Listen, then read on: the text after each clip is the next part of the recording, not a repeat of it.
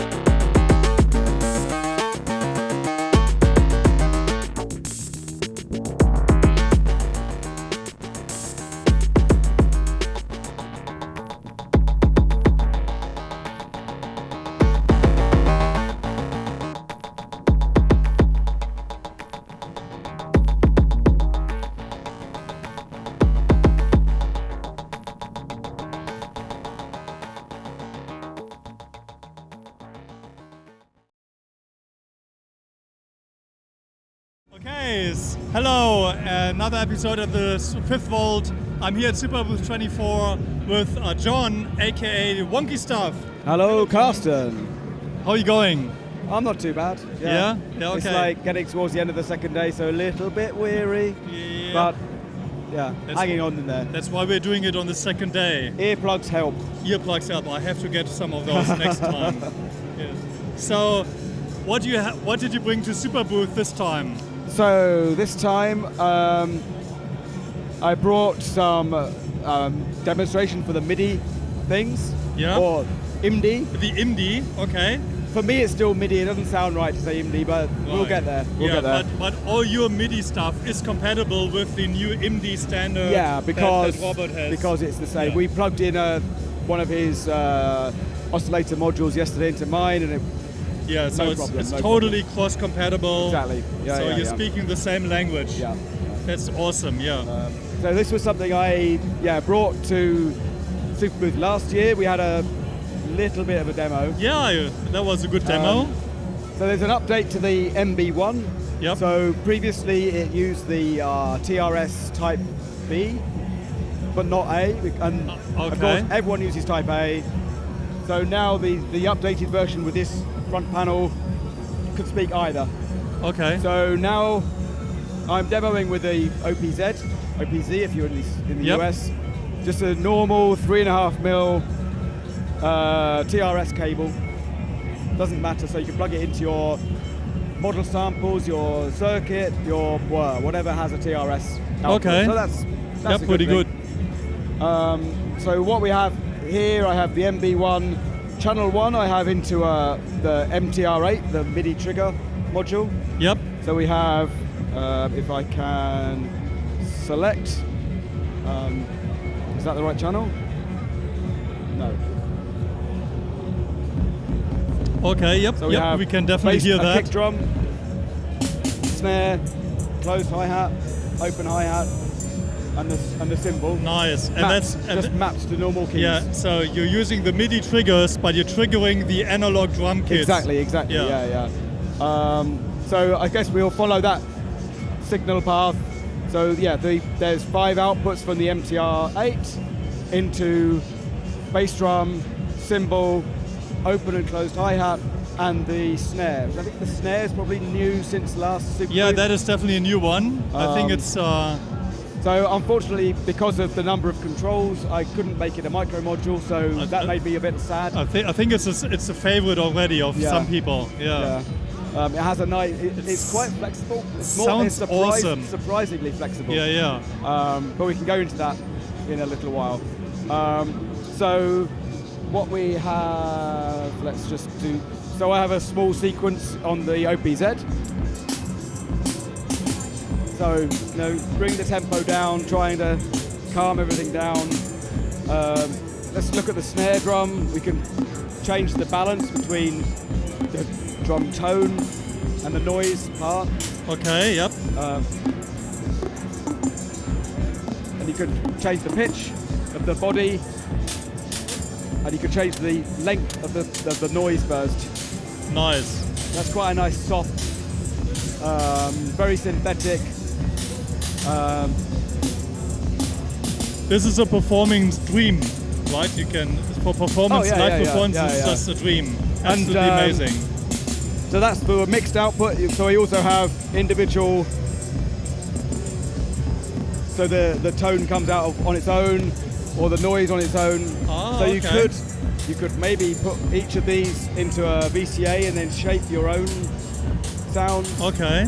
I haven't tried that, but it's something that could be done. There we go. That's pretty cool. Cymbal, maybe that's new as well. So you can change the decay, how long the cymbal sound lasts for. Nice. That's really nice. It has a nice kind of metallic ring. Yeah. And then the same for the... And all these are completely analog. Yeah. Well, the noise, there's a digital noise source. Yeah. But that was the same on the original DR110 in these cases. So I'm not really breaking anything. They are pretty much as designed by Roland, but I put in the common mods that are online. Okay, I can make these changes.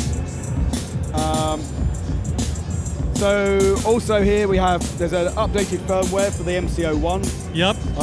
That's updated hardware from the version. That's basically a MIDI oscillator. Yeah. So MCO is MIDI controlled oscillator. Oh, nice. So we have the MIDI comes in from channel 5 in this case. So this is coming from the MIDI here as well. Yeah. Nice. So I can stop. I have audio going into the SV filter. Envelopes. We have an envelope for the VCA. Yep. From the gate signal, and then the trigger, which is there we go. So you can hear so you've got two triggers to change the filter cutoff. Yep. Which is kind of cool. So of course it's a MIDI controlled oscillator. So if we go to channel 5, I can change parameters of the voice. So the one that's easiest to hear in this environment is, so the MIDI controlled oscillator has a ramp or sawtooth, it has a square, it has a sub oscillator, and also a noise source. And you can mix the levels of those sources. Oh, so you can hear the noise coming in Yep. and off. And that's the sub oscillator. Oh, nice. And it's all MIDI controlled. Yeah. So you can sequence all your. You can really get into shaping the sound. Yeah, nice. In addition, I have also here the MCC4. So it's a MIDI controller extractor, which will take some CC, MIDI CC information and turn it into voltages. Okay. So I have that as mapped to the cutoff of the filter. Yep. So you can sequence that as well. Yeah, nice. Amazing. As another trick, which I won't show now, the MCC can also run as a MIDI to CV converter. Okay. In which case the pin output is the same as for the MCO one. Right. Except the top one, instead of being an audio signal, is a CV, 1 volt per octave. Okay, right. So you can then drive a VCO Yep. and have that tracking and use the same gate and trigger outputs to trigger your envelope. Right. And what? And if you convert MIDI to CV, what's the resolution of that, or is there any quantization? There is quantization, but it's a 12-bit value over just about 4 volts. Yeah. So you only get 4 volts range. Yeah. Okay. But yeah, what's that? 4,096 steps over. So there's 1,000 steps in an octave, which is how many? There's 100 cents per octave. No, 100 cents. Anyway, yeah, quite a few. You don't really. I don't think you notice. Okay. All right. Good. The other thing I noticed that we've got the MIDI oscillator and the CV version deal with pitch bend as well. So that's all in. All right. Yeah, nice. Which is this weird little pitch bend. Okay, on the. All right. So you can be fully performant with that. Yep. If you have a MIDI keyboard like Robert has, then you can modulate things and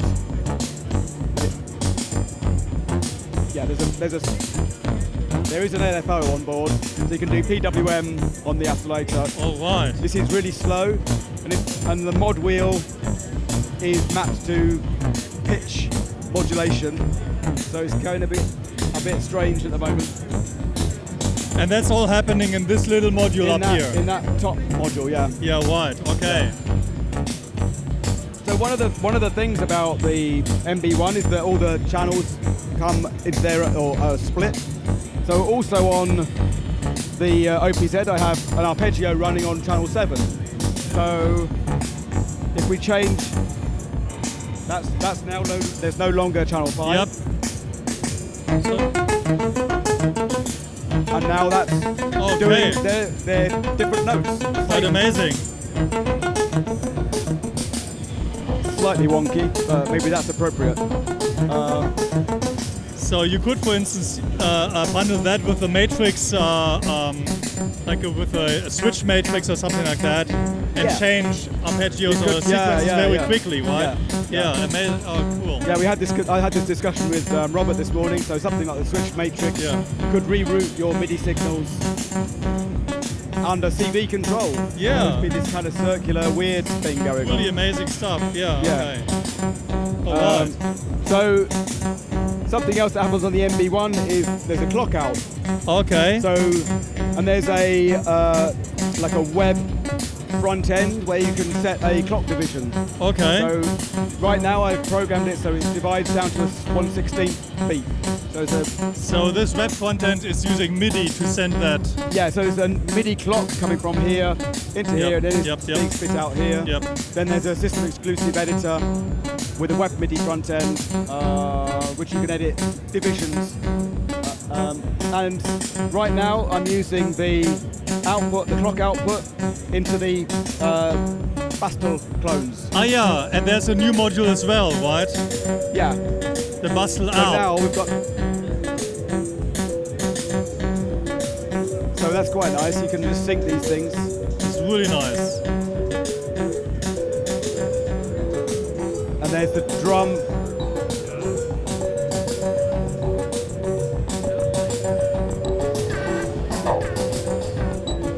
Ah, there's the drum. Yep. So the Castle drum.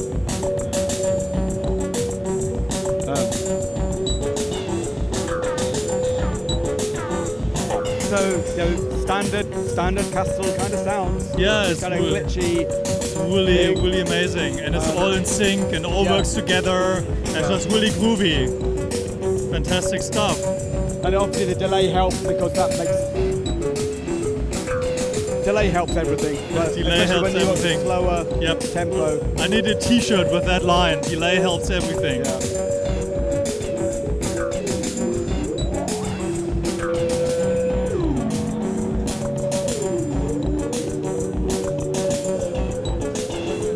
So, Awesome. Yeah. So, but you have also another secret new module. Like, I'm moving over to the NAT. Yeah. So this is, what's that all about? So very much a work in progress, where I have a discussion with Tom's about his new development.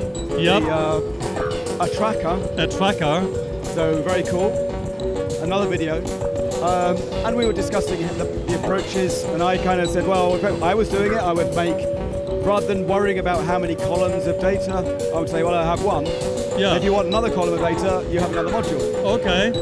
And Tom said, well, that's not a tracker, which is why we have NAT, which is not a tracker. Well, it's not a tracker. Not a tracker. But it is kind of one tracker. Tracker inspired. It should be like one tracker or something like that. Yeah, okay. So here, it's at the moment it's not being. So it's not being used in the patch at the moment. No, but okay. it's currently being clocked from the RBSS. Yep. I suppose probably should talk about that as well. But basically, you're still coding like the outputs as hexadecimal numbers or something. Yes. Yeah. Yeah. Right. So you've got a table of numbers. The left-hand column is a trigger. Yep. There's 3 different levels of trigger, which helps with the analog drum voices because you can get some emphasis, some accents. Yeah. So yesterday you showed me a patch where you were using that, and that sounded just absolutely amazing. Yeah. So it's like 2 pages. There's a settings page, and there's the edit page. Yeah. Okay. And here you can set the length. You can set for the triggers how long the trigger is, and recall and save patches. Yeah, okay. Which is quite nice. We call them. Okay. So it's so you can load sysax patches. That will happen. Yeah. So will happen. It has a MIDI input and a MIDI output. So it's still very much a prototype. Yeah. Yeah. Okay. I didn't get a chance to that. And there will be a note mode, so you can output quantized note information. Nice. Because not everyone wants to type hexadecimal numbers. And will it be MD compatible? Yeah. That will be the MIDI in will be MD, and then you could use the MIDI out into a MCO or. Nice. So. And it's also partly an experiment in minimal UI, like one display, one rotary encoder with one button. It's very nice. And how much can you do without burning out people's brains? Yep. Okay. Look, this is really cool. And I just mentioned it, but yeah, there's the updated RBSS 2. Yep.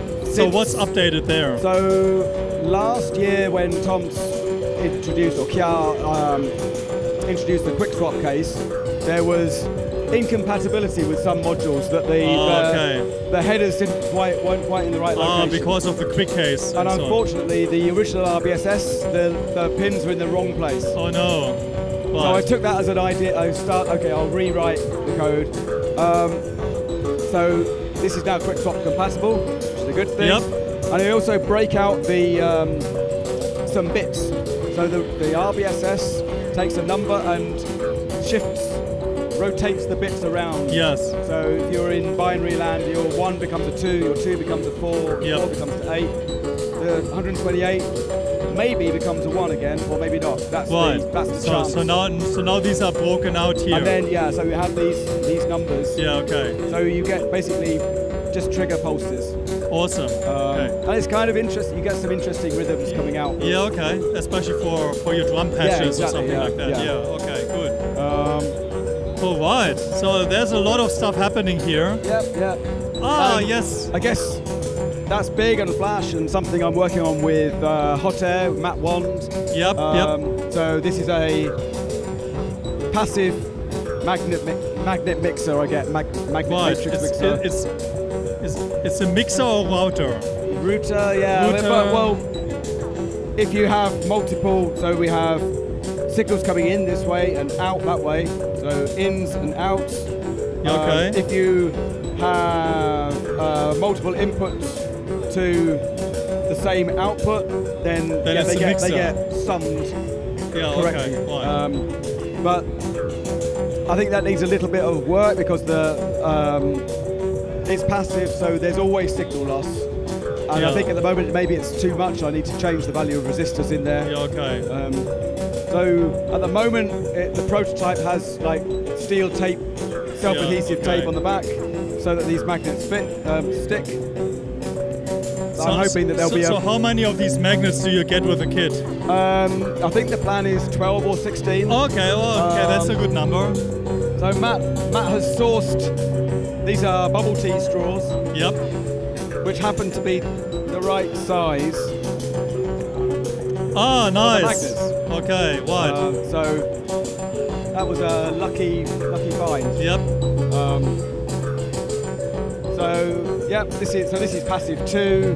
There's also, going back to my original MM33, is a passive 5x5 matrix mixer. Yeah, okay. Which has, it works, but again, it has the same problems as passive things, so you need to give it a really hot signal. Yes, okay. Do you ever plan to make that a more active mixer? I think it will probably work as an active, yeah. So the idea with these is that they can be standalone outside of the case. Yep. So they don't need power. Yep.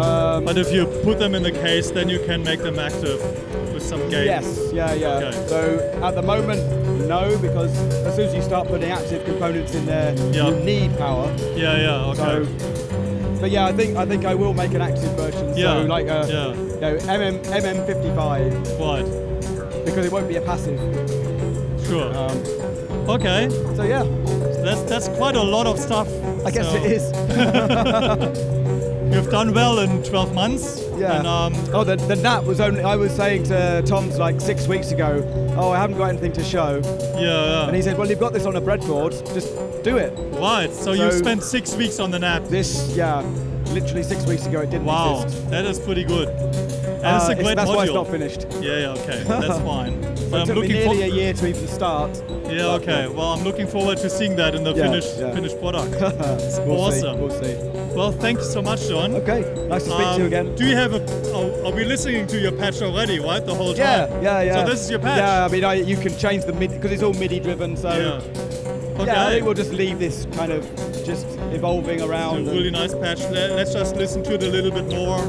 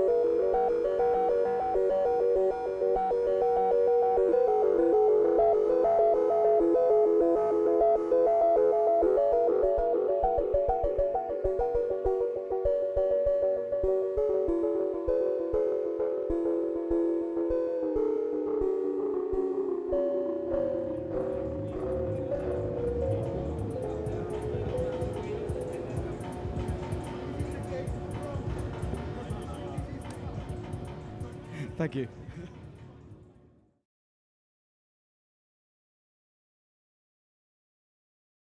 Hello, here's another episode on the 5th Vault. I'm here at Superbooth 2024 and I'm with Zeno and Gregory from BF Synth, who are just started merging together from Kyaa, Kurt and Maverick to basically combine their efforts and create new modules, new and exciting modules, and oldies but goldies, but in a new design, right? Exactly. So I'll just, guys, so what did you bring to Superbooth today? We bring our 4 first modules, which are 2 oscillators. So we brought like the 555, which was already live for some time, the Chord VCO from Maverick, the module, which is also slightly updated. Then 2 slots in 1U, so this was only a kit before, but now it is available as finished module, just like all of these, they will not be kits. And it's 2 slots in 1U, and it's a chaotic, slow oscillator. Right. One is slow, like 15 seconds, and the other is super slow, like 30 to 40 seconds, to make the generative ambient people happy. And then there is the 5 steps, which was briefly available 3 years ago. I tried to make 20 back then. I only managed to make 10 work. And this is where Gregory has been of great help, because he managed to make 20 out of 20 work, or like all prototypes work. And so now we have this new arpeggiator, it is, so it generates different note CVs out of an input, and we'll show you later how it works, because it's way easier with the sound on, because it's pretty weird. Awesome. And Gregory told me that all your modules are completely produced in Europe. There's no Chinese connection at all. So tell me a little bit about that. Yes, exactly. We wanted to have something different and local as most as possible. So the PCB are made in Germany, assembly are made in-house by me, the faceplate I made in France too, and Zeno is making the final assembly and the test. So we are proud to make 100% European modules. That is fantastic. And still at a, I guess, reasonable price? Yes, of course. We found some way to have reasonable price without using Chinese manufacturer, but of course not with big volume. We're making very small volume of modules because it's homemade, basically. Lots of them. Yeah. Okay. So let's look at some of these modules, guys.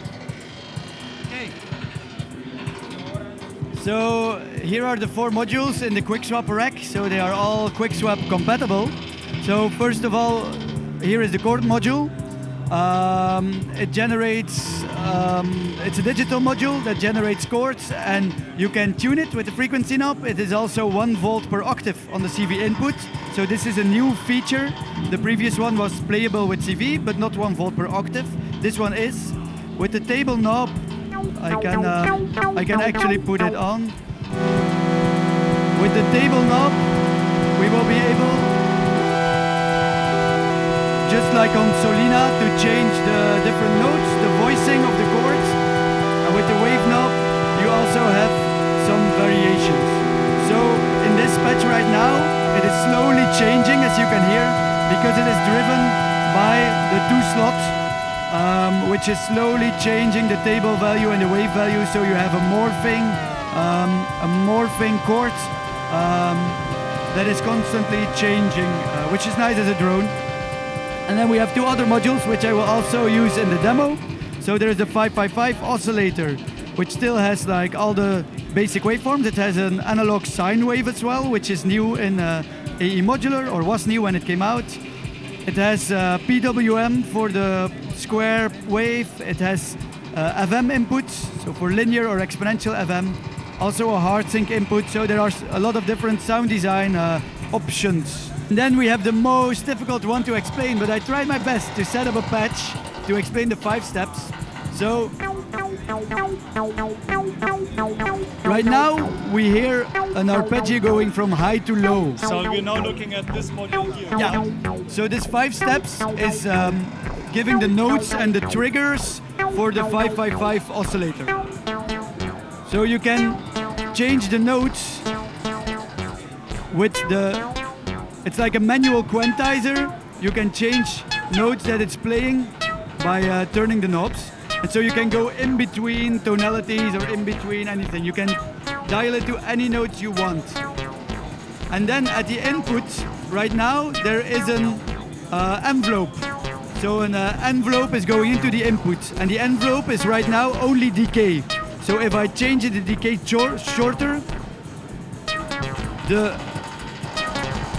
arpeggio will be faster. If I make it slower, it will be slower. But if I put down the decay and put the attack up, it will go up instead of going down. And so if I have both attack and decay, I can have an arpeggio going up and then down again. Right. You can put in an LFO, triangle LFO for example as well, and so on. And you get this rhythmical features that are sometimes in between beats, sometimes on the beats. And if you tune it a bit right, it can get super groovy in rhythms.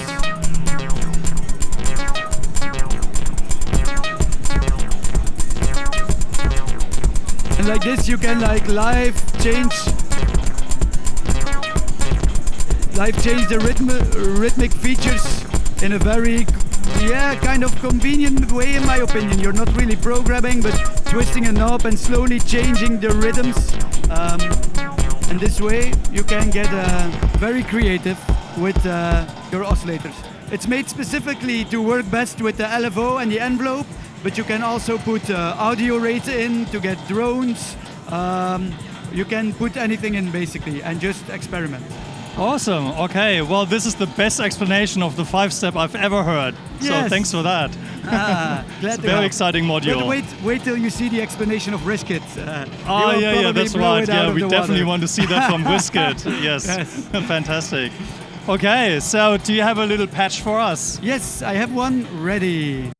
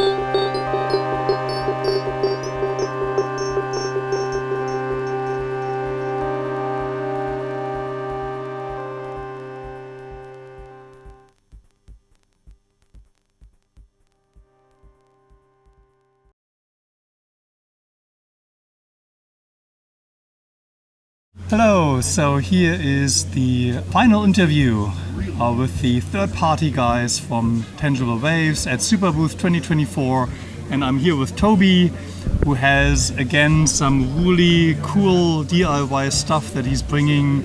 So Tobi, what are you bringing to Superbooth this year? Yeah, this year I got the latest version of my magnetical quick swap case with me, which I've been developing for around 3 years now.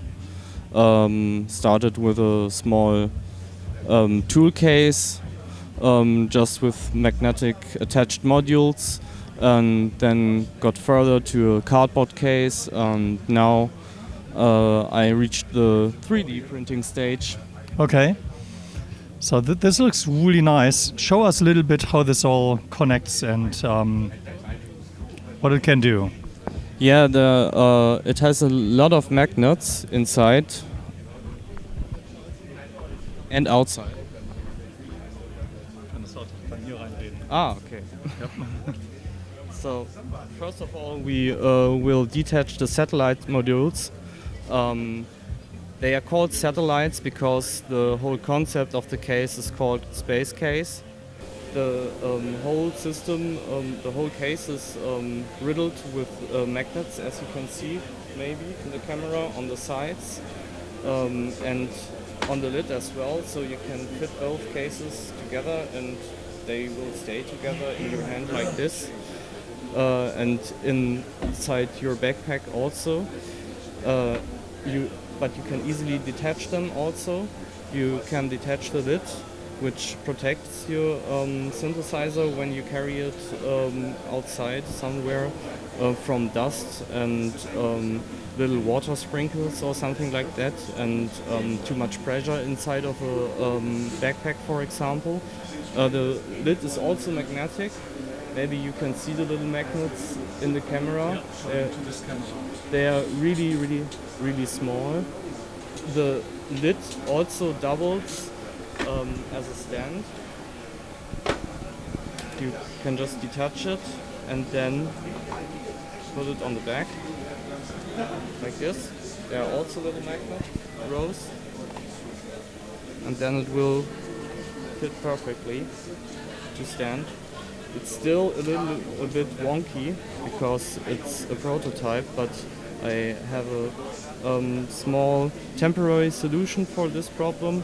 I just attached these small little stripes, which also got metal lids inside, so they will easily attach to the magnets on the case and on the lid and hold everything together when you stand it down on a smooth surface like this table.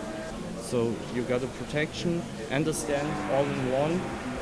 You don't have to carry any additional periphery, and it all fits really snug and tight together. So you do not have to. It's also planned that you can stack the whole system like this, but this is still not perfect. If you touch it like this, it will fall over. So I have to figure out a solution for this for next year. But as you can see, now you have over 20 modules in the, I think, almost smallest format you could possibly imagine. And what's the idea with these cases? And do you plan of selling the cases or selling the models, or will you make it open source, or do you want to share these printing models with the community? What's your plan? I didn't figure out this completely, but I think it will be a combination of it. I will release some of the STLs for free. I already did release some STLs on the forum some years ago for to print your own faceplates easily.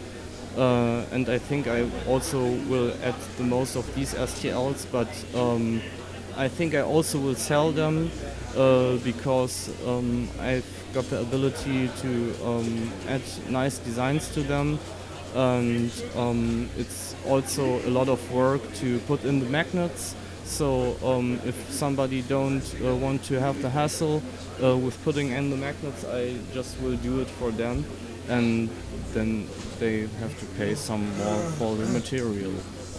Right. Now you also bought a very interesting plant-based module. Do you want to show us what that's all about? That's just a small funny idea I got just before the Superbooth. It's called the Succubus because it's a combination of two succulents and of course the bass.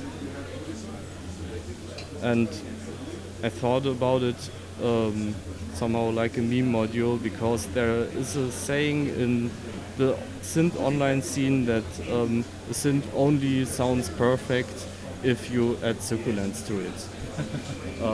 That's because all the Instagram and TikTok content you see around is always with little cacti or succulents standing beside the system. So I thought, why do not integrate it into your system so you can have the ultimate modular hipster orgasm with your Succubus. Inside I added a small water reservoir underneath the pots, so there won't leak any water into your system no matter how you turn it, just if you turn it upside down. And these are real pots? Yeah, these are real pots and real plants, and I also have the ability to easily water them with a small dropper bottle which I got in a pharmacy. You also can add a little bit more randomness to your patches, and of course life to the plants, so they won't die. Okay, so this is really cool, and it does make music as well, or at least it gives us random voltages, or how does that work? Yeah, so far I just use it for give further randomization to modulation signals. Awesome, this is really cool. Thanks so much, Tobi. I think the next thing is we want to hear a little bit of a demo patch from you. To have these first in the module and then to use them as modulation sources. That's really, really cool. But they don't react if you kind of touch them or anything like that. Yeah, they react. Okay. But the reaction is always a little bit different. Completely different sounds. And if I change this connection here, there's also a subtle change of the modulation signal. Maybe if we stick it into a plant, also sounds a little bit different. It's just totally random. You never can recreate it. It will always sound different and change the modulation signals you send through it. All right. Well, thank you very much for this demo, and for this really cool idea. Thanks, Tobi. Thank you for interviewing me and for interviewing all the other guys, because without your interviews, nobody would ever see what we are doing. that's kind of my job. So thanks guys for listening. See you.